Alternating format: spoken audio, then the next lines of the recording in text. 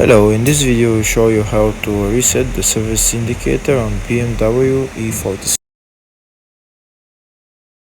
So when we turn the ignition to first position, we can see that our service is minus 400 kilometers, so that means it needs to be.